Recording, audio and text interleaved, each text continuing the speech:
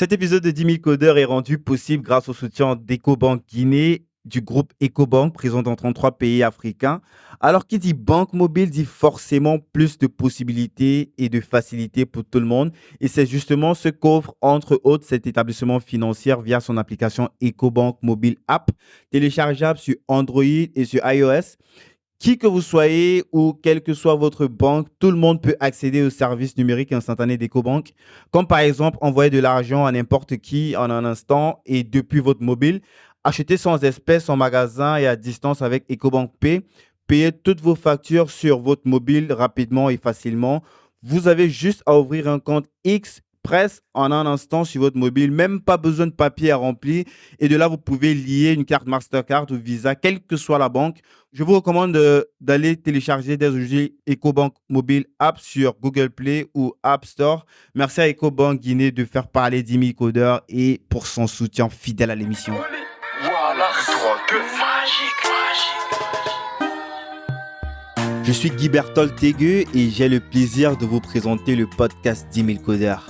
L'émission qui met en lumière les jeunes, les experts et les sponsors acteurs de la triangulaire de notre modèle d'éducation et d'insertion de la jeunesse africaine dans les métiers du numérique.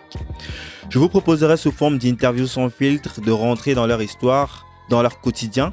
L'objectif sera de favoriser partout en Afrique l'insertion professionnelle et l'employabilité des jeunes et des femmes en apportant une qualification dans des métiers créateurs de valeur liés au numérique. Je vous serai très reconnaissant de partager ce podcast autour de vous, de laisser une évaluation 5 étoiles avec un gentil commentaire sur iTunes. Ça aide énormément à monter dans les rankings et donc d'être découvert par de plus en plus de gens. Bienvenue sur le podcast 10 000 codeurs. Bonjour tout le monde pour ce énième épisode de 10 000 codeurs et je suis avec une perle aujourd'hui. Il s'agit de Kadiatou qui est une des têtes essentielles de 10 000 codeurs en Afrique, notamment en Guinée, Conakry. Tu me corriges? Oui, c'est bien ça. République de Guinée, Conakry, tout à fait, parce qu'il y a beaucoup de Guinée et effectivement, nous, c'est Guinée-Conakry. Ouais, je précise le Conakry justement pour que les gens ne se perdent pas. Alors, Conakry, c'est la capitale. Donc, c'est la capitale. Normalement, on dit juste la Guinée, oui, République de Guinée, mais voilà, je précise Conakry voilà, pour ceux qui... ouais. Ouais, sinon, oui, on dit Guinée, la République de Guinée. Et tout à fait. pour celui qui a tout bien court. appris sa géographie, quand on dit République de Guinée, il s'agit de Guinée-Conakry. Exactement, parce que sinon, on dit pas Côte d'Ivoire, Abidjan, on dit pas Sénégal, Dakar, tu vois. Donc, voilà, c'est ça, effectivement. Donc, Kadiatou, est-ce que tu peux peut-être, pour commencer, te présenter, comment est-ce que toi, tu te présentes aux gens pour la première fois lorsque tu les rencontres pour la première fois? Qu'est-ce que tu dis? Comment est-ce que tu parles de toi? Parce que j'imagine que ça doit être très, très compliqué de présenter les 10 000 projets sur lesquels tu bosses. Qu'est-ce que tu mets en avant en premier? Déjà, bonjour Guy, bonjour à tout un chacun. Merci de m'avoir invité ce matin pour échanger ensemble sur les activités que je suis en train de mener ici en Guinée et au niveau de l'Afrique. Donc, comme tu sais, je suis la représentante pays d'10 000 codeurs aujourd'hui et depuis peu la directrice des opérations au niveau de l'Afrique et au niveau la coordinatrice au niveau Afrique francophone également. Donc voilà, je suis tout simplement là. Je suis maman de 3 enfants, mariée, et puis voilà. Et puis je suis également directrice d'une structure qui s'appelle K-Concept. Je suis entrepreneur aussi, en plus de 10 000 codeurs. Je suis directrice d'un centre de formation qui s'appelle K-Concept, qui accompagne notamment principalement les femmes dans la formation au niveau de la petite enfance. Nous accompagnons également. Quand tu parles de formation, tu parles d'éducation. Oui, tu peux préciser un petit peu, s'il te plaît? En fait, nous leur apportons les compétences nécessaires pour les femmes au niveau de la petite enfance, c'est que elles font des formations de 3 mois Mhm. et on les accompagne vers l'insertion dans le domaine soit pour être nounou, donc de la petite enfance, soit pour être nounou, soit Ah, pour ok. être monitrice dans les écoles maternelles et les crèches. Mhm. Donc voilà. Nous faisons également d'autres types de formations hein, dans la structure K Concept. Nous faisons la négociation relation client parce que ça, Oh. ça n'a pas trop de lien entre la petite enfance, mais je t'expliquerai pourquoi Mhm. nous faisons ça également Je suis impatient. tout au long, voilà, tout au long de notre entretien. Mhm. Et puis, nous accompagnons dans le cadre de partenariats avec différents organismes, les jeunes indépendants, la jeunesse guinéenne, en tout cas, dans leur autonomisation et à travers des accompagnements, des appuis qui se font au niveau des organismes ici internationaux, accompagnent la jeunesse. Donc voilà, Excellent. ça c'est... Kadiatou, Oui, peut-être avant d'entrer dans le vif du sujet, même si on l'a dit en début d'interview, t'es vraiment l'épicentre, j'ai envie de dire, de Jimmy Codor en Afrique, parce qu'on n'est pas toujours là et toi, tu as cette faculté d'être toujours sur place et de rapidement être opérationnel lorsqu'il y a quelque chose qu'il faut résoudre. Mais avant tout, tout à j'aimerais fait. qu'on revienne un petit peu en arrière sur ton parcours perso. Mhm. Déjà, tu es originaire de Conakry, tu as grandi là-bas? Tout à fait, tout à fait. J'ai grandi en Guinée, je suis née en Guinée, j'ai fait tout mon parcours euh, pré, euh, pré-universitaire ici en Guinée. J'ai Mhm, fait la maternelle, j'ai fait le primaire, le mhm. collège, le lycée. Et après, il y a quelques temps, bientôt, voilà, ça fait 17 ans, je suis partie, j'ai fait un peu le Sénégal, quelques mois, hein, pas très très longtemps. Après, je suis partie en France. Je suis Mhm. partie en France et puis j'ai fait des formations vraiment qui n'ont rien à voir après avec ce que j'ai fait par la suite. On imagine bien. J'ai fait de la voilà, donc j'ai fait des formations en tant qu'assistante RH, j'ai fait de la formation en aménagement. Après, j'ai travaillé dans les assurances et les mutuelles. Ok. Et à chaque fois, c'était quoi quand tu fais par exemple des formations sur tout ce qui est aménagement et comment tu tombes vers ça? C'est une opportunité? Comment est-ce que ça se passe? Ah bah c'est un choix. Donc j'ai fait une formation en alternance avec l'AFTEC Mhm. au niveau de pendant un an avec une entreprise de services aux entreprises. Et puis ensuite j'ai intégré après cette formation-là en tant qu'assistante RH, j'ai intégré la première compagnie d'assurance parce que durant mes études, mon job d'étudiant était téléconseillère, tu vois, ce genre de choses. Donc, je connaissais plus tout ce qui était commercial. Donc, du coup, l'opportunité s'est présentée pour moi d'intégrer que- une entreprise dans le domaine des assurances. J'ai commencé par là, puis ensuite j'ai intégré une autre entreprise de mutuelle. Mhm. Euh, et puis après, j'ai atterri dans la banque pour finir. Et c'était quoi ton rôle dans une banque, tout en sachant que je pense pas que tu avais une formation spécifique de la banque, même si dans les assurances, vu que les banques vendent aussi des produits d'assurance, c'est Mhm. est-ce que c'est par rapport à cette compétence-là que tu as pu rejoindre le secteur bancaire? Oui, parce que en fait, effectivement, aujourd'hui, la plupart des banques, c'est de la banque assurance. Donc, du coup, le profil, le fait d'avoir eu euh, une expérience au niveau des assurances m'a permis vraiment m'a ouvert les portes au niveau de la banque. Et, et puis au départ, comme quand on commence dans une banque, j'étais conseillère d'accueil. Après, j'ai été conseillère au niveau de la clientèle de particuliers, Mhm. conseillère commerciale, en fait, avec un portefeuille de jeunes au départ. Et Mhm. puis ensuite, j'ai bifurqué vers ce que je connaissais très bien, les assurances. Au sein de la banque où je travaillais, j'ai bifurqué vers les assurances pour être au niveau de l'assurance des professionnels et des agriculteurs. Donc là, c'est un peu plus spécifique parce que l'assurance des pros, ça va de la prévoyance on assure vraiment l'activité de la personne, on assure la personne, l'arrêt de travail.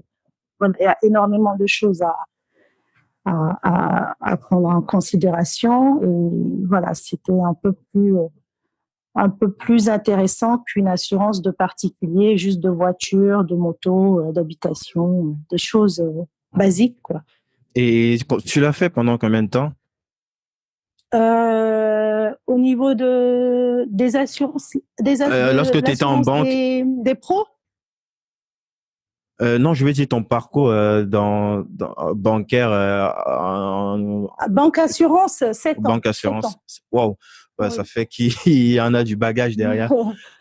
Et de là, est-ce que c'est quoi donc la transition? Parce que au jour d'aujourd'hui, tu ne bosses plus pour t'arrêter, quoi, si je me trompe pas complètement. Oui, oui, je suis partie, du coup, j'ai arrêté pour des raisons du coup personnel. Hein, j'ai Mhm. arrêté pour repartir vers d'autres aventures, comme tu le sais. Je suis non, j'ai arrêté. Je me suis un peu éloignée de la banque, même si après là j'ai Est-ce que c'est au moment où j'ai tu lances pensé revenir un K-Concept peu ou à un moment donné. ah, il y a eu des hésitations. Ah non, des hésitations. C'est en fait c'est quand j'ai juste passé mon diplôme dans le domaine de la banque en me disant bah si je reviens j'ai tout ce qu'il faut dans la banque, tu vois. Ouais, ouais. C'est juste ça. Mais et là, aujourd'hui, l'hésitation, elle est plus là. Comme il est couché, mais l'hésitation, il est plus là. Je Mhm. suis dans autre chose. C'est effectivement au moment où j'ai lancé K-Concept que je suis partie au niveau de l'esprit de la banque. Ok.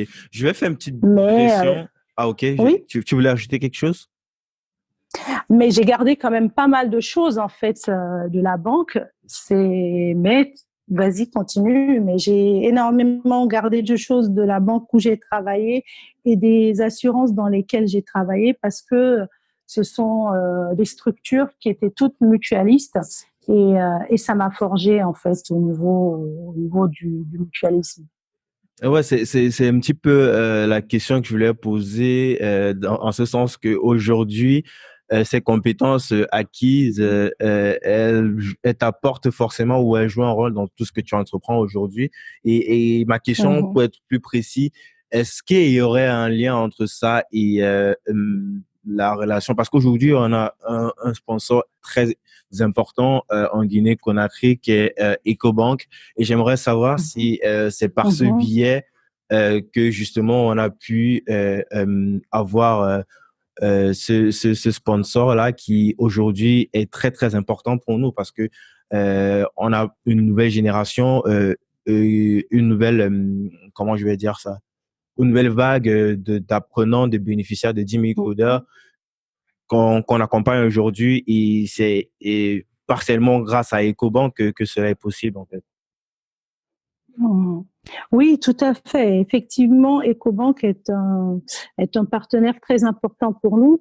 Nous, on s'est tourné naturellement vers EcoBank parce que déjà, euh, c'est une banque panafricaine Et le fait, en fait, d'avoir travaillé dans des structures mutualistes qui menaient des actions sur le territoire, par exemple, la banque dans laquelle je travaillais, tout ce qui était, tous les bénéfices qui rentraient dans la banque étaient réinvestis sur le territoire. Enfin, l'épargne des personnes qui étaient sur le territoire, on prête pas de l'argent à quelqu'un qui est, moi, mon département, c'est l'Ille-et-Vilaine, par exemple, on prête pas à quelqu'un qui est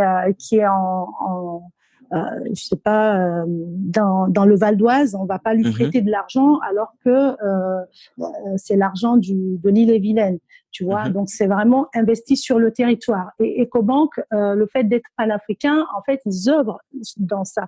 Tout ce qui est, c'est quelque chose en fait qui prouve leur côté mutualiste, leur côté implication dans l'évolution et dans l'accompagnement des personnes qui sont sur le territoire.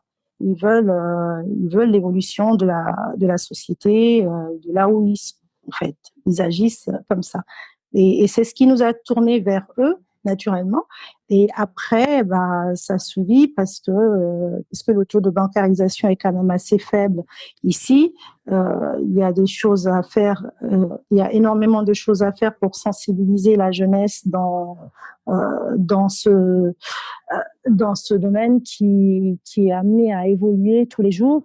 Et puis les jeunes qui sont là aujourd'hui, qui sont tous tournés vers le numérique, Ecobank qui se tourne aussi vers la digitalisation de la banque, fait que voilà, naturellement ils ont accepté notre partenariat et ils nous accompagnent pour cette première cohorte guinéenne qui fait notre fierté aujourd'hui. Ah, c'est très intéressant tout ça. Donc, pour revenir donc sur c'est qui occupe tes journées aujourd'hui, on a parlé du cas concept que tu as un petit peu défini dès le départ, qui accompagne, qui a un double rôle, qui accompagne d'une part, c'est de la formation, tu as dit, mais de la formation pour des formateurs, des éducateurs Voilà, des éducateurs. C'est de la formation continue, d'une part, que nous faisons dans les écoles pour les maîtres, les maîtresses et les moniteurs. Et là, on est où? Est-ce qu'on est juste en France ou en France et en Guinée? Dans quel sens? Là, c'est en Guinée. Là, c'est en Guinée. En fait, nos actions aujourd'hui au niveau de cas concept, c'est en Guinée. C'est en Guinée, c'est de l'économie sociale et solidaire. Hein. Voilà, nous travaillons beaucoup avec les écoles publiques qui sont quand même qui n'ont pas vraiment les moyens de financer ce genre de projet. Donc, du coup, nous avons des actions que nous avons mises en place pour pouvoir accompagner les écoles publiques, et nous travaillons également avec les écoles privées qui, eux, peuvent plus facilement accompagner. Mais c'est pas évident parce que c'est difficile de convaincre un employeur aujourd'hui dans l'éducation d'investir sur son salarié, alors que dans les banques, dans les grosses structures, forcément, tous les jours, il y a des formations et des formations et des formations, que ce soit dans les banques ou chez Orange ou je ne sais dans quelle autre structure. Et tu ne penses pas que c'est peut-être un problème et dans les écrits? Je pense pas que c'est peut-être un problème de moyens, comme par exemple Orange qui a beaucoup plus de gros moyens pour pouvoir financer cela. Les autres petites boîtes, même si c'est essentiel, hein, c'est très très essentiel. Je dis pas que c'est pas important, au contraire.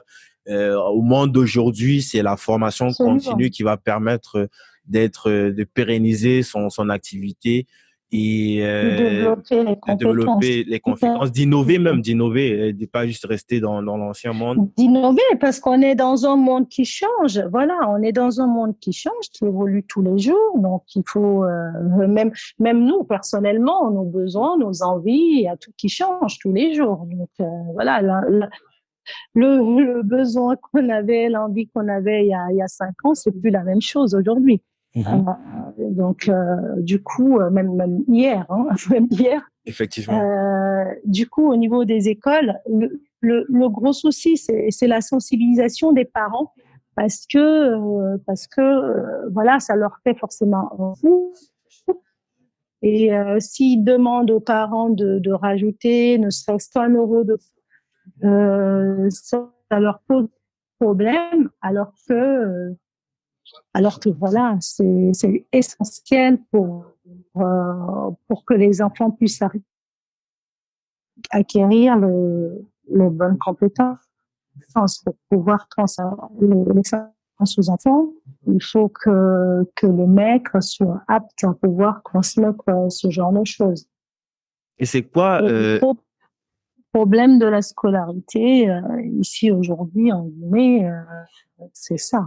Oui, donc c'est quoi donc la c'est ça, valeur dis-moi. ajoutée? Parce que tu l'as dit justement, le gros problème, c'est le fait que contrairement aux grosses boîtes comme Orange et tous ces licornes, on ne va pas tous les citer ici, les établissements, les petits Mhm. établissements ou les moyennes, ils n'ont pas forcément les moyens de faire financer ces compétences que toi tu apportes, ces compétences que tu as mis des années et des années pour acquérir. C'est quoi, qu'est-ce que tu rapportes? Est-ce qu'au niveau, par exemple, de la qualité de cette formation que tu apportes, il y a au niveau du prix, un petit peu comme ce qu'on fait avec Jimmy Coder, on, on, on forme des personnes qui sont vraiment au même level que ceux qui sont ici en Occident, sauf que au niveau pricing, il n'y a pas comparaison, quoi. Ceux qui viennent ici, ils sont obligés de payer très cher pour pouvoir avoir ces compétences-là. Absolument. Et nous, on donne ça à ces jeunes-là pour, j'ai envie de dire, pour pratiquement rien.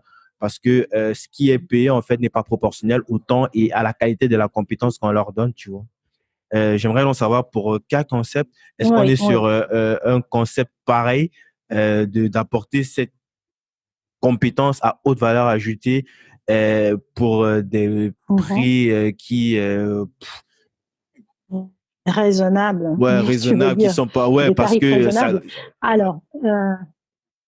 Alors, tu vois, depuis cette année, nous avons mis en place une association, une structure associative pour pouvoir justement minimiser les coûts au niveau des écoles.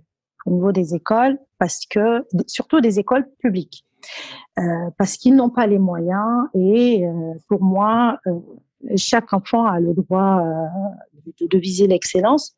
Donc, du coup, on n'a pas à dire que c'est uniquement les enfants du privé qui vont bénéficier de telle ou telle chose. Et on fait également bénéficier de cette structure associative, on fait bénéficier les écoles privées. Donc, au niveau des écoles publiques, notamment, nous demandons à l'année un prix, une cotisation qui est de moins de 2 euros à l'année par enfant. Mhm. D'accord? Et les personnes qui forment, c'est le programme que l'on donne, ce sont des personnes qui ont exactement le même niveau que là-bas en France, parce que ce sont des enseignants qui sont au lycée français et qui ont un parcours, en tout cas, qui ont fait le parcours de l'école française et qui ont de véritables compétences. Et le programme, il est vraiment tourné vers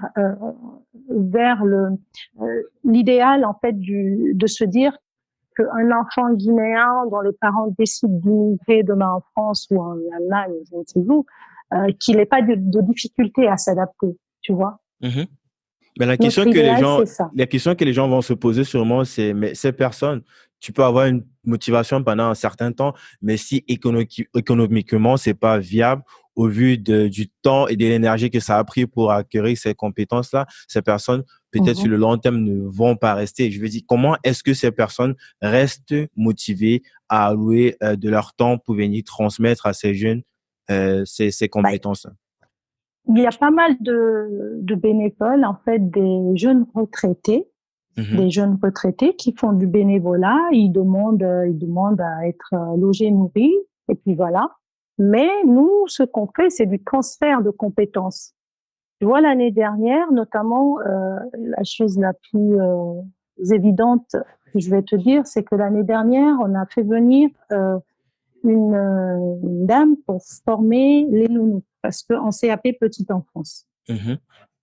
Donc, elle est venue, elle a fait son année de formation, et puis après, dans le groupe, les jeunes qui étaient, les femmes qui étaient formées, parce que c'est beaucoup des femmes, hein, il y a pas, c'est même Il y a des totalement hommes? des femmes, hein. Ah, c'est que des femmes. Il n'y a Ok. pas d'hommes, il n'y a pas d'hommes, voilà, c'est que des femmes.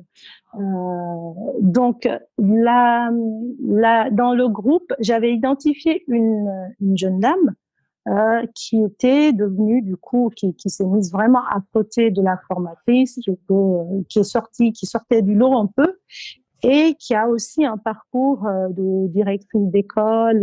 Elle avait quand même fait assez de choses. Elle est en plus formatrice en anglais dans quelques écoles ici privées. Donc, je lui ai proposé de prendre le relais, la suite de cette personne-là à son départ. Donc, tu vois, en un an, nous avons réussi à transférer les compétences. Donc, elle est partie. Et celle qui est restée, ça devient une formatrice locale avec avec comment dirais-je, avec un salaire un peu moins conséquent. Et Mais là, elle est qui reste connecté au monde qui l'entoure, quoi. On va pas dire, c'est pas le même niveau de vie ici en Occident ah oui, oui, c'est pas pareil. Le salaire, il est certes plus bas, mais le loyer, il est pas de 1 500 € comme à Paris, quoi. C'est pas Non, la même c'est chose. vraiment très intéressant. Donc, si je comprends bien, Effectivement. Voilà. pour bien comprendre, c'est de profiter de ces personnes ici qui ont envie de Mhm. partager et qui sont disposées à venir sur Tout à place, fait. transmettre déjà à des Exactement. personnes comme la dame qui Tout te à fait. seconde. Et lorsque ce transfert de Voilà. connaissances est fait, cette dame-là, demain aussi, pourra probablement aussi faire un transfert de connaissances localement et comme ça, Exactement. c'est très, très, très intéressant. J'avais pas vu les choses comme ça. Exactement. Et ouais, c'est vraiment, Et, c'est un et modèle en à copier. plus, C'est vraiment très, on le fait un petit peu, non, avec 10 000 codeurs. C'est l'idée. oui, oui, Parce c'est ce que qu'on il y fait. a C'est plein, l'idée plein de aussi, hein. C'est formateurs. l'idée, hein. Il y a plein Qui de nos sont étudiants, de des bénéficiaires qui sont devenus formateurs. J'en ai interviewé tout à plusieurs, fait, tout à Yéo fait. ou Serge. Oui, Ok, oui, tout à fait. d'accord. C'est important parce que il faut quand même que ça soit déployé de façon massive. Et Ouais, industriel même, si j'ai envie on de veut dire. déployer ça, on peut pas faire venir, voilà, et on peut pas faire venir tout le temps des experts d'ailleurs. Après, Effectivement. pour justement rester dans la continuité, ces formateurs-là aussi, on leur apporte quand même de temps en temps une piqûre de rappel. Eux aussi, ils font de la formation continue par des maîtres formateurs et ainsi de suite. Mhm. Donc voilà, donc à ce niveau-là, ça c'est au niveau des écoles. Mhm. Autrement, au niveau donc des fameuses nounous qui sont en formation là, elles, nous les accompagnons vers l'insertion au niveau des familles, pour qu'elles puissent, plutôt que de vendre des arachides au bord de la route qui rapportent zéro, quasiment, Ouais, qui même rapportent pas si grand-chose elles se pour débrouillent, nourrir elles la font quelque famille. chose, mais l'idée c'est Voilà, de bosser intelligemment et efficacement, quoi. C'est ce que toi exactement, tu apportes tout à fait. justement. Voilà, c'est pour pouvoir vraiment leur permettre d'être un peu plus autonomes et d'avoir un salaire un peu plus correct que le revenu qu'elles se font en faisant le petit commerce sur le bord de la route. C'est Donc, vraiment retrouver intéressant, un c'est peu vraiment de intéressant. dignité, en fait. C'est très, très, très Mm. intéressant, Kadiatou. On va parler de Jimmy Koda tout à l'heure, mais avant, je sais pas, est-ce que tu Oui. pourrais nous dire, parce que on aura forcément aussi des auditeurs qui sont directement sur place en Guinée-Conakry, qui seraient potentiellement Mhm, intéressés par ça. C'est des dames, mhm, des jeunes femmes, des jeunes filles. mhm, Comment est-ce que, mhm. elles font? Est-ce qu'il y a une structure en place? Est-ce que peut-être il y a des bureaux ou peut-être un site internet? On parle de digitalisation. Est-ce qu'il y aurait un site internet de cas concept où elles pourraient se renseigner, avoir plus d'informations sur les Alors, inscriptions? Je sais pas. pour l'instant, il n'y a pas de site internet. Mais c'est quelque chose qu'il faut, voilà, quand je dis ça, on me dit, mais 10 000 codeurs, c'est quoi ton truc là? Mais Non, bon, c'est test and learn, test and learn. Il y avait une phase sûrement de test et puis le projet, tu vois qu'il est viable et exactement, tu mets tout en place, quoi. exactement. Même les grosses Tu as boîtes, elles tout le font. compris. Ouais. Tout à fait, tu as tout compris. Donc là, on est en période de test, Mais sinon, il y a un effectivement. moyen quand On même brûle pas les de tout étapes. Il y s'inscrire. a Je sais moyen, pas comment ça pour se passe. s'inscrire, il faut venir dans nos locaux. Hein. On a des locaux qui sont dans la commune de Ratouma, à Taouya, pour les Yes. Guinéens qui écoutent, hein, à Taouya, l'immeuble Dramé au 2e étage. Donc, on est placé là. Les jeunes femmes, tu vois, hier typiquement et aujourd'hui, il y a des jeunes femmes qui vont, une nouvelle cohorte qui va commencer le 11 à se former, le 11 décembre. Elles Yes. sont en train de faire leurs tests parce qu'on sélectionne quand même et puis on fait des entretiens parce que ce sont des personnes qui vont être envoyées dans des familles, donc il faut quand même faire assez attention. On fait des enquêtes de moralité, on regarde un peu, on essaie de voir comment la personne se présente. Et puis après, c'est pas de la discrimination qu'on fait, mais si la personne, malgré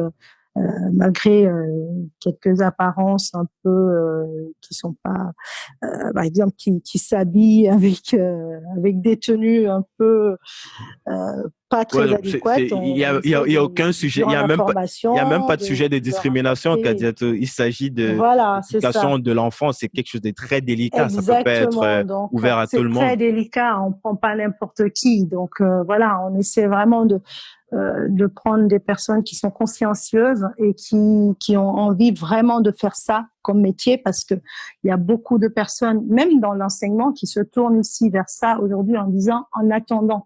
Parce Ouais, que j'ai rien trouvé à parce que j'ai faire. rien Tu trouvé. vois? Mais Et nous, c'est beaucoup trop voilà. Comme délicat j'ai pour rien prendre trouvé, je fais n'importe ça. qui. Exactement. Tout à fait. Bah, je partage On va pas complètement. dire en attendant.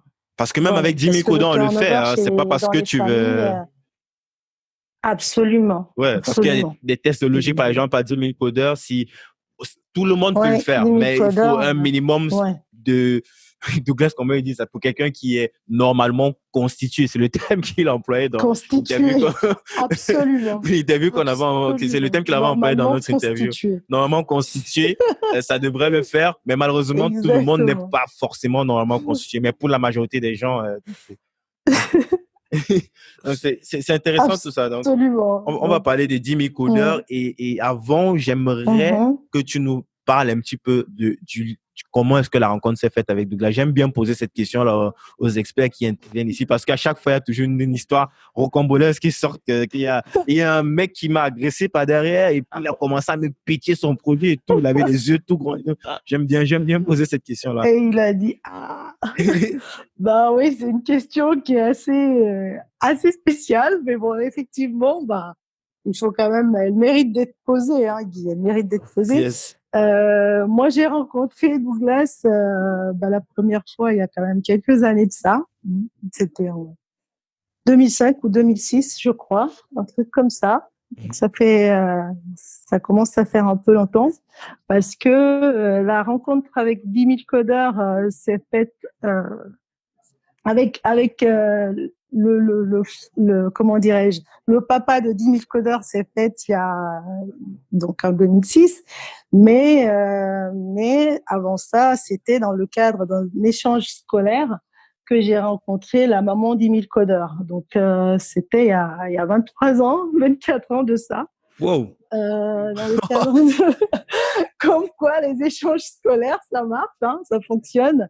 Parce que mon école, mon collège à l'époque ici a fait un jumelage avec le Sénégal et puis une amitié est née parce qu'on est parti au Sénégal et on a été accueillis à la Teranga vraiment par les Sénégalais dont Fanta Biandou du coup et depuis on s'est plus lâché hein. Donc, Fanta Il ne s'est Biando, plus qui est lâché. la femme de Douglas Biando, donc De pour mettre les gens dans Douglas le contexte. Biando. Voilà, Et pour les personnes qui comme ne nous, connaissent on aime les pas. synonymes, le synonyme qu'elle avait employé Exactement. dans notre interview, c'était mon totem, qui est le totem de Douglas.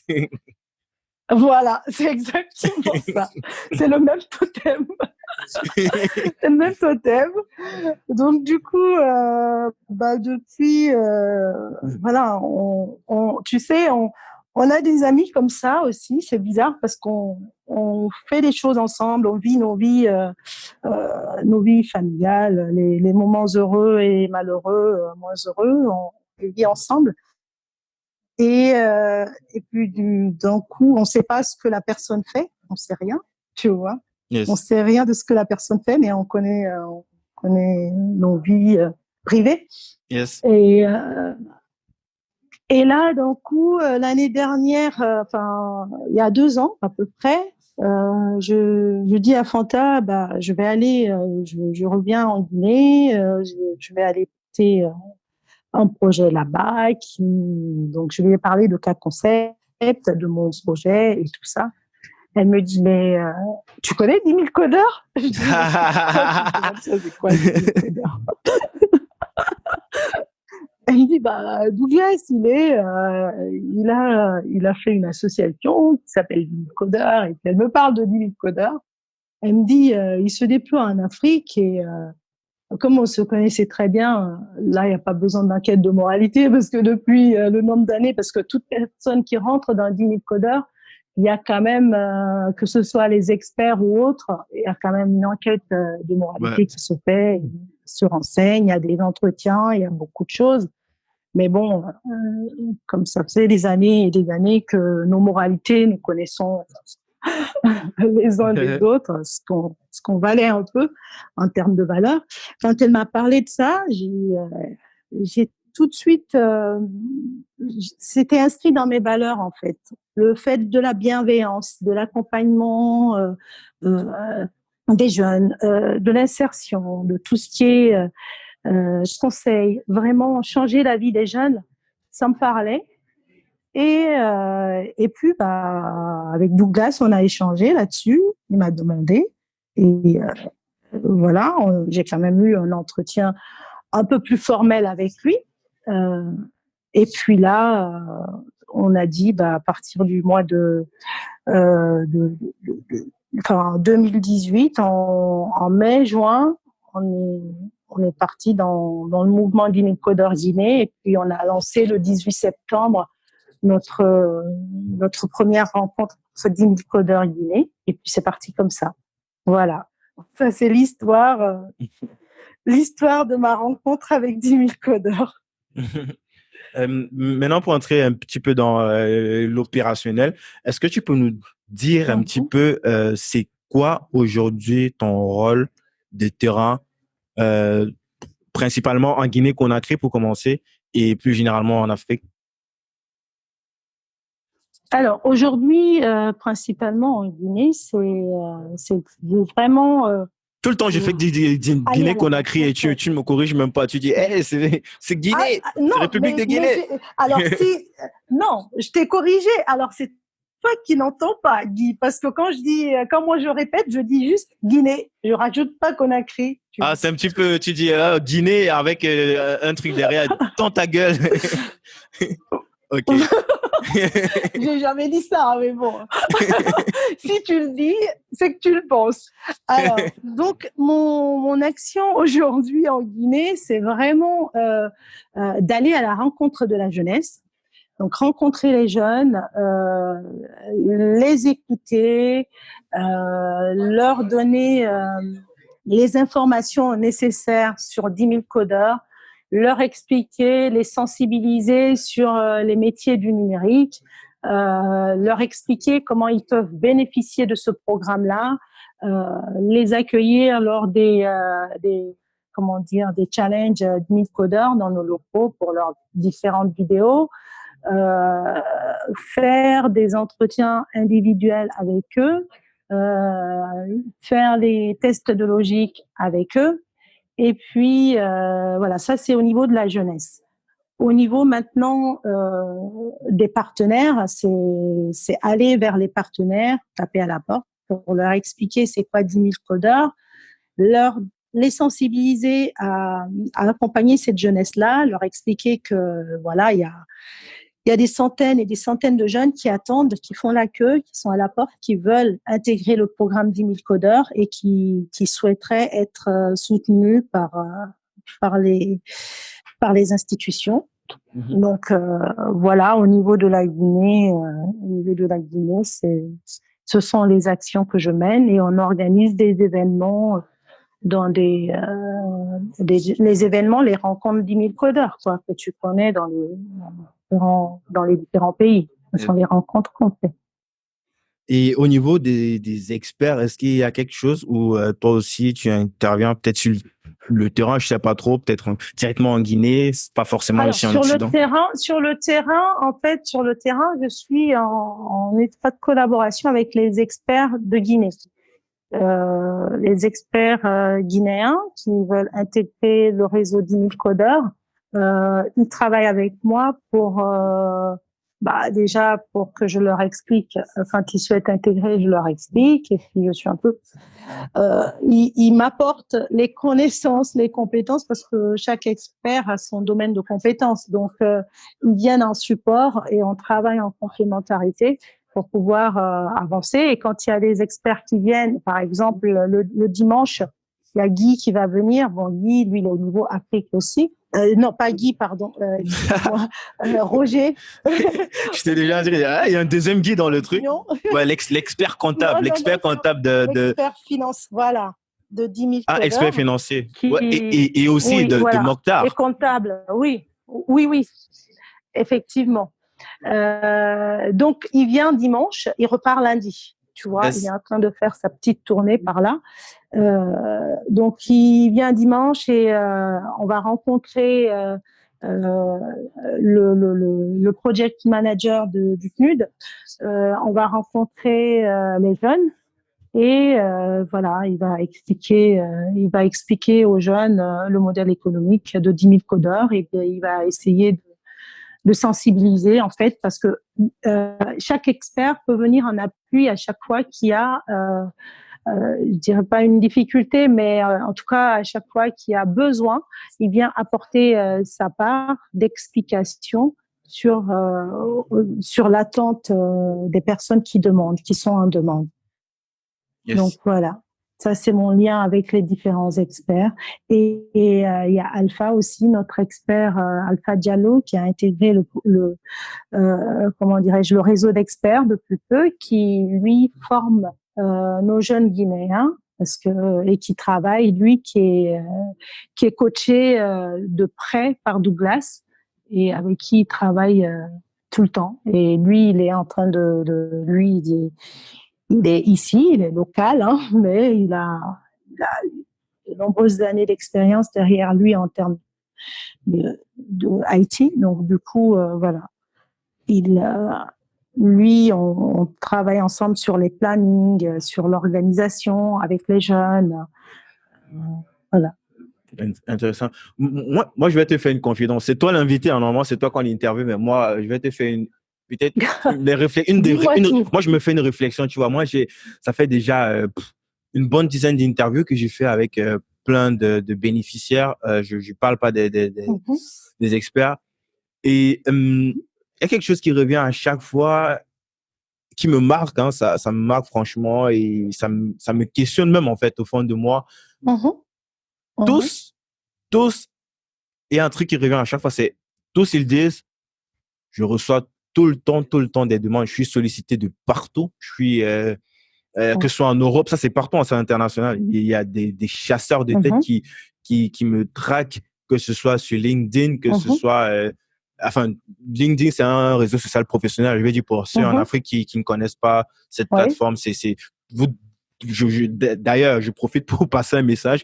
Vous devriez y être parce que c'est une plateforme franchement fantastique pour tout ce qui est pro.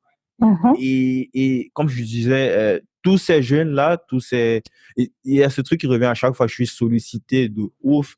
Je suis traqué par j'ai l'embarras de choix en fait. Et Ah je oui. me demande comment euh, les institutions, ils se rendent pas compte du fait que, enfin, j'ai envie de dire même le nouveau pétrole aujourd'hui, l'or, Mhm, mhm, c'est mhm, les compétences humaines, notamment dans ces métiers mhm, où mhm. il y a une plénérie, je vais dire que ce soit aux États-Unis, en Pénurie. Occident, ils cherchent, il n'y en a pas, quoi.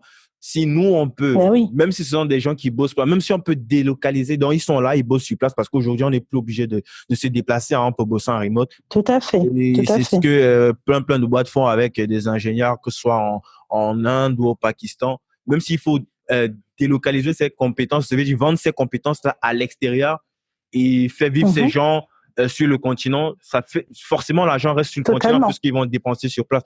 Pourquoi est-ce que Oui. les institutions ils se rendent pas compte de ça? Enfin, nous, on essaie à notre petit niveau de démocratiser cela, de montrer au maximum de personnes que, mais regardez, vous Tout avez à juste fait. besoin de les prendre pendant c'est combien? C'est 18 mois environ. On les forme et ils Bah, sont directement 18 mois, ça opérationnels. c'est le grand maximum, hein. C'est le grand maximum en 18 mois. En Ça dépend plus. des métiers. Mhm. Parce qu'il y a certains métiers, c'est 6 mois, hein. Développeur web, normalement, c'est 6 mois à temps complet, tu vois. Et la Yes. plupart des programmes au niveau des institutions internationales, ce sont des programmes qui durent de 6 à 9 mois. Donc nous, on est totalement dans la période souhaitée. Ouais. Et au niveau de, comment dirais-je, au niveau des demandes, pas plus tard qu'il y a deux jours, j'ai vu une personne sur ligne qui cherchait un infographe en Guinée, tu vois. Et là, j'ai recommandé un de nos jeunes, 10 000 codeurs. Et le jeune, il est en formation, il a même pas encore fini sa formation, il va avoir un petit contrat. Il va commencer Ouais, c'est ce que à j'essaie avoir de des dire en fait, que ce sont petits des contrats. trucs où ils sont Donc, directement opérationnels. Ce sont des personnes qui sont prêtes. C'est un peu comme si ce sont des produits, absolument. ce sont des produits au minimum qui sont semi-finis. Au minimum. Ça veut dire qu'ils peuvent Mais déjà oui, faire le job. complètement, complètement. Mais Et il y oui, a tout à c'est, investir. Je veux dire, et même au niveau le budget de départ pour investir. On parle pas d'aller former des médecins. C'est pas, c'est un métier que je Mhm, respecte, hein, mais qui demande tout par à exemple fait. beaucoup d'années de compétences, d'expérience. En quelques mois, on peut rendre des centaines de milliers de personnes directement opérationnelles, prêts à l'emploi Opération. et qui font des choses qui sont concrètes, qui permettent déjà nous de nous affirmer, de nous insérer dans cette, je vais pas parler de guerre, mais dans ce game de digitalisation en fait. Tu vois, moi, c'est une Tout à réflexion que fait, je me parce fais que, souvent parce que c'est revenu à chaque fois et puis quand je me couche, ça vient dans ma tête. Je dis, ouais, mais tout ça, c'est rare d'avoir mais pourquoi? des métiers comme ça où Pourquoi? tout le monde dit, ouais, je suis sollicité de ouf, on m'écrit Ben oui. ici, on m'écrit là-bas et Et puis, ce qu'il faut pas oublier, c'est qu'aujourd'hui, c'est comme ça, mais cette formation-là, enfin, tout le monde, demain, il y aura que des jeunes codeurs. C'est complémentaire, en fait. Mhm.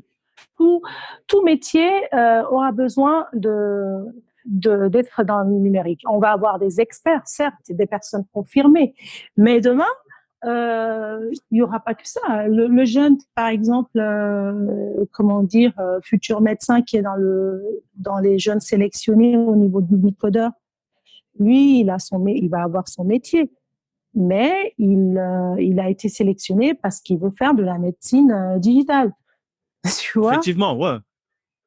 En fait, Ce sont ils des sont dans choses, tout, quoi. Ça, c'est l'un des c'est rares un métiers qui outil balaie en tout, fait, quoi. Ça balaie tout. c'est un outil, voilà, voilà, c'est un outil qui va devenir dans quelques années indispensable. Et si on ne prend pas le train maintenant, on sera en marge, malheureusement, encore une fois. On Ouais, va rester sur le quai, on va attendre et voir passer. Mm. c'est assez Oui, particulier quand même. C'est assez particulier parce que là, on parle pas de quelque chose où on doit déployer, je sais pas, une énergie considérable. Un ordinateur, une connexion Internet, des grands frères et des grandes sœurs bienveillants ouais, qui ont envie de transmettre. Et puis c'est tout. Il y a pas, on ne ouais. demande pas de construire un Oui. building de je sais combien de détails. C'était la minute Ouais. confidence, hein, ou bien coup de gueule, je sais pas trop, mais bon, ce sont des Ouais. réflexions que je me fais souvent et puis je me dis, mais Chacun le prendra comme il le souhaite. ok. Ben, Kadiatou, ben, dis-moi, bon, Donc, pour revenir encore sur notre sujet, toi, c'est quoi ta vision de Jimmy Coder pour les prochaines années, pour à moyen et long terme, d'ici, disons, partons sur l'horizon qui était fixé dès le départ, 2015-2025. Comment tu vois Jimmy en Coder? 2025, moi, en 2025, je vois nos 10 000 jeunes formés en Afrique. En 2025. Après, à horizon 2030-2035, je vois les 10 000 dans chaque pays. Ça, c'est une évidence parce que ça va se faire, parce que les jeunes sont en demande. Il y en a énormément. Il y a des enfants qui sont en train de grandir aussi, qui n'ont pas encore, qui ont 14, 15 ans aujourd'hui. Dans 10 ans, dans 5 ans, ils en auront 20, tu vois. Et à 20 ans, dans le monde dans lequel on est, qui évolue tous les jours en termes de digitalisation, ils vont forcément certainement s'intéresser à ces métiers-là. D'autant plus qu'il y a beaucoup plus de sensibilisation. Jimmy Coder sensibilise beaucoup la jeunesse. Donc, du coup, un jeune sensibilisé dans tel pays, c'est le même qui va aller sensibiliser son petit frère. Donc, les 10 000 jeunes qui seront formés au niveau de l'Afrique, ils vont aussi être dans le mode give back. Ils vont être dans le mode retour de ce qu'ils ont reçu des grands frères et des grandes sœurs que nous sommes. Ils vont aussi redonner. Donc, si chacun redonne ce qu'il a reçu à ses petits frères et petites sœurs, je pense que là, les 10 000 seront atteints très vite dans chaque pays. Ça, c'est ma vision. Yes. Est-ce que tu aurais quelque chose à, peut-être avant qu'on conclue, à dire, peut-être un message à l'endroit de ces jeunes, ou trois messages même, j'ai envie de dire, c'est quelque chose que je fais beaucoup. Je fais ça beaucoup ces derniers temps avec les invités que j'ai eu précédemment. J'ai trois Ah messages oui. qui s'adressent aux trois cibles de 10 000 couleurs, des jeunes, parfois en perte de repères et qui ont juste parfois besoin juste de quelqu'un qui va leur dire, va leur donner l'information, tu vois. Parce que c'est parfois ça, chacun fait ce qu'il veut à la fin. On n'est pas là en donneur de Ah bah leçons oui, forcément, bah oui. mais au moins on donne les éléments, on donne les armes à chacun pour pouvoir décider de ce qu'il fait, de son avenir, de ce qu'il a comme outil pour pouvoir donner un cap ou un sens à la suite de sa vie. Est-ce que tu aurais un message pour ceux-là, ces jeunes-là, pour d'autre part, pour des experts qui ont des compétences, qui veulent transmettre ou qui sont dans cette phase où ils, ils ont ça dans la tête, mais ils savent pas, ou bien ils savent pas qu'il existe des supports comme Jimmy Coder qui peuvent les aider dans cette transmission, dans ce processus de transmission-là. Et le troisième canal, c'est aux acteurs sponsors, potentiels sponsors, des gens qui ont les ressources, tu vois. Et vu que on connaît tous notre continent, c'est parfois le bordel et tout. Et cette structure, il faut le dire aussi. Oui, il faut le dire. Le gros. Faut le dire, c'est pas, il y a des choses, surtout pour quelqu'un qui a vécu longtemps en Occident, il revient. C'est pour ça qu'il y en a plein, sur la majorité, qu'ils arrivent, ils restent quelques temps, ils se découragent et puis ils repartent parce qu'ils s'attendent à trouver des structures qui sont déjà mises en place comme ici en Occident. C'est pas le cas, quoi. C'est autre chose. Il faut un autre état d'esprit. Pour moi, oui, bah oui, c'est sûr. Il faut un autre état d'esprit pour pouvoir faire fi de ça et parler le langage du territoire où tu te trouves parce que tu n'es pas en Occident. Tu dois parler avec le langage de là-bas. Dans le troisième canal, c'est le message à ces institutions qui veulent peut-être faire les choses, mais qui ne comprennent rien, qui ne comprennent pas ce langage-là. Ils ont besoin de quelqu'un qui va traduire pour eux le langage local, quoi. En mode terre à terre, quoi. Est-ce que tu auras un message pour ces trois-là? Peut-être on commence par les jeunes.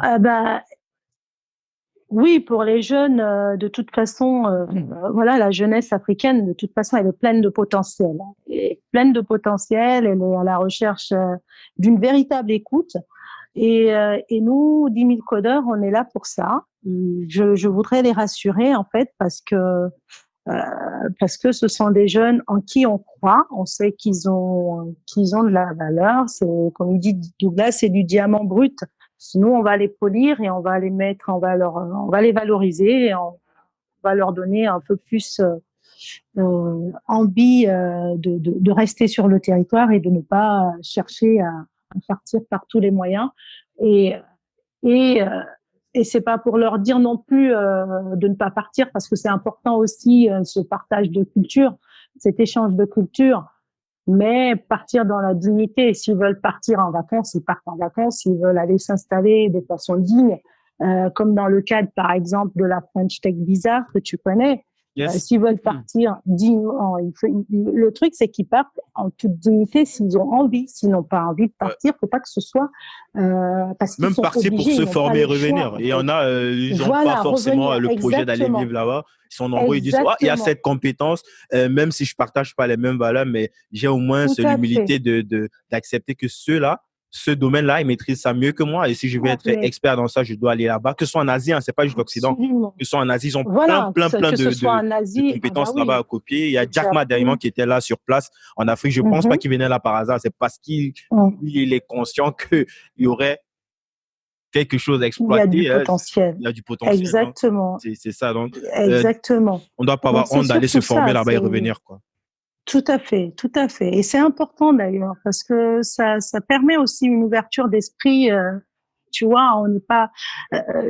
C'est comme partout, hein, on a peur de l'inconnu. Donc si Mhm. on s'est pas frotté un peu à l'inconnu, on peut pas savoir. On peut pas savoir ce qu'on comment dire, pas ce qu'on vaut, mais on peut pas savoir ce que l'autre vaut si on s'est pas frotté à l'inconnu. Donc ça, c'est très important. Donc moi, je voudrais rassurer cette jeunesse-là, leur dire s'ils ont besoin de développer leurs compétences, qu'ils n'hésitent pas à nous rejoindre parce on est là pour eux, pour les écouter, pour les accompagner. Et puis voilà, nous sommes des grands frères et grandes sœurs qui sont très bienveillants. Toute personne qui rentre dans 10 000 codeurs se retrouve dans ces valeurs-là. Donc, les jeunes se retrouveront certainement dans ces valeurs. Les jeunes que nous et qui seront avec nous, nous leur transmettrons, parce que ce sont des enfants, hein, on va leur transmettre aussi certaines valeurs. Et puis, on va non seulement les enseigner la technologie, mais on va leur transmettre certaines valeurs aussi. Donc, il y a, il y a cet aspect-là. Pour ce qui est des experts, donc les experts qui sont effectivement qui sont en demande, qui souhaitent apporter quelque chose à cette jeunesse africaine-là, nous, on a les portes qui sont totalement ouvertes. S'ils se retrouvent dans nos valeurs, tout ce qu'on a cité depuis le début, eh bien, qu'ils n'hésitent pas à prendre contact avec nous. On sera heureux de les recevoir. Et, euh, et puis, en dernier, bah, les institutions. Les institutions, eh bien, écoute, ce sont les plus importants aussi ici, même si les jeunes sont beaucoup plus importants, eux, ils font partie de l'importance aussi parce que nous sommes fixés en fait pour mission de développer les compétences des jeunes africains en Afrique, Yes. pour leur permettre en fait d'exercer ces compétences dans leur pays, ici, tu vois. Donc, si on s'est fixé ça comme objectif, eh bien, je pense que les institutions, eux, leur grande guerre aujourd'hui, c'est de faire ce genre de mission, ils se sentent vraiment missionnaires de quelque chose, d'accompagner la jeunesse perdue ici. Eh bien, nous, on est là, on est opérationnel. Nous avons fait quand même une phase pilote avec 75% de taux de réussite d'insertion. Eh bien, s'ils sont comment dire, visionnaires comme EcoBank, je pense qu'ils nous rejoindront assez rapidement. En tout cas, j'en suis convaincue que ceux qui se retrouvent dans toutes ces valeurs-là vont nous rejoindre sans hésiter. Merci beaucoup, Kadiatou. Merci pour cet échange. On a parlé, Je t'en on prie. a parlé de plein de choses. On s'est pris la tête entre guillemets. On a fait des enfin, moi, j'ai fait des coups de gueule entre guillemets aussi. Euh, est-ce qu'on t'écrit sur LinkedIn? C'est comment ça se passe aujourd'hui si on va entrer en contact avec toi? Eh bien, qu'on m'écrive sur LinkedIn, c'est K Sego. K, Mhm. comme voilà, la lettre K, La et lettre K. Sego, S-E-G-A-U-D. S-E-G-A-U-D, on m'écrit sur Link, et puis voilà, je suis ouverte à accueillir les nouvelles personnes qui s'intéressent à nos différents programmes, Top. parce Donc, que voilà. Oui, sinon, dis-moi. sinon, il y a aussi un webinaire qui a été enregistré aussi, où Oui. on présente dans le détail ce qu'est 10 000 codeurs et Mhm. ce que chacun, en tant que potentiel acteur, soit un expert, un sponsor ou un, un, un bénéficiaire, ce que lui, il aurait à gagner à rejoindre ce collectif, cette association. Est-ce qu'on a une association même? Tu vois, je pose des questions, je me renseigne sur notre identité en pleine interview. Ah oui, tu te renseignes sur notre identité. Alors, tu vois, moi, généralement, depuis le début, hein, tu as dû voir, c'est toujours dans l'économie sociale et solidaire. Donc, 10 000 codeurs est une association, effectivement, qui d'ailleurs, bon, ça c'est un autre sujet, Mhm. qui fait partie d'un incubateur que j'ai mis en place qui s'appelle Social Incube, dans lequel j'accompagne plusieurs associations, dont 10 000 codeurs. Ah, Donc, ça, c'est une info, ça. oui, c'est une info, mais en fin d'interview, mais c'est pas grave. Mais toujours est-il que, oui, 10 000 codeurs est une association 1901. Pour ceux qui ne connaissent pas, c'est une association française à but non lucratif qui accompagne les jeunes et les femmes dans leur autonomisation financière et par les grands frères, par le biais des grands frères et grandes sœurs bienveillants, nous faisons en sorte de développer les compétences de ces jeunes-là dans le domaine du numérique et nous les accompagnons vers l'insertion ou l'entrepreneuriat aussi. Top, top, top. Donc, pour ceux qui sont arrivés jusque-là, n'hésitez pas à nous donner 5 étoiles sur iTunes avec un gentil commentaire. Ça nous aide énormément pour monter dans les rankings et donc d'être découvert par de plus en plus de gens. N'hésitez pas aussi à entrer en contact avec nous sur nos différents réseaux, sur LinkedIn, Twitter, Facebook. Vous aurez tous les liens afférents en description d'épisode. Merci à tous de nous soutenir et à très vite. Merci, Kadiatou. Ciao. Merci. Bravo, vous avez écouté cet épisode de 10 000 codeurs jusqu'au bout. Merci de le partager à 2 personnes autour de vous, d'inscrire de force vos amis au podcast sur leur smartphone et de mettre une note de 5 étoiles avec un gentil commentaire. Ça nous aide énormément pour ressortir dans les classements. Aussi, si vous nous laissez votre email sur podcast.1000codeurs.com, nous vous enverrons l'épisode de la semaine ainsi que 2-3 bons plans. Pour finir, si vous voulez rejoindre l'écosystème 10 000 codeurs, soit en tant que bénéficiaire d'une formation dans les métiers du numérique, soit en tant que formateur professionnel du numérique ou du développement personnel, ou en tant que sponsor pour favoriser en Afrique l'insertion professionnelle et l'employabilité des jeunes, il vous suffit de nous écrire sur contact@1000codeurs.com ou vous rendre sur 1000codeurs.com. Je suis Guy Berthold pour le podcast 10 000 codeurs et je vous donne rendez-vous à la semaine prochaine.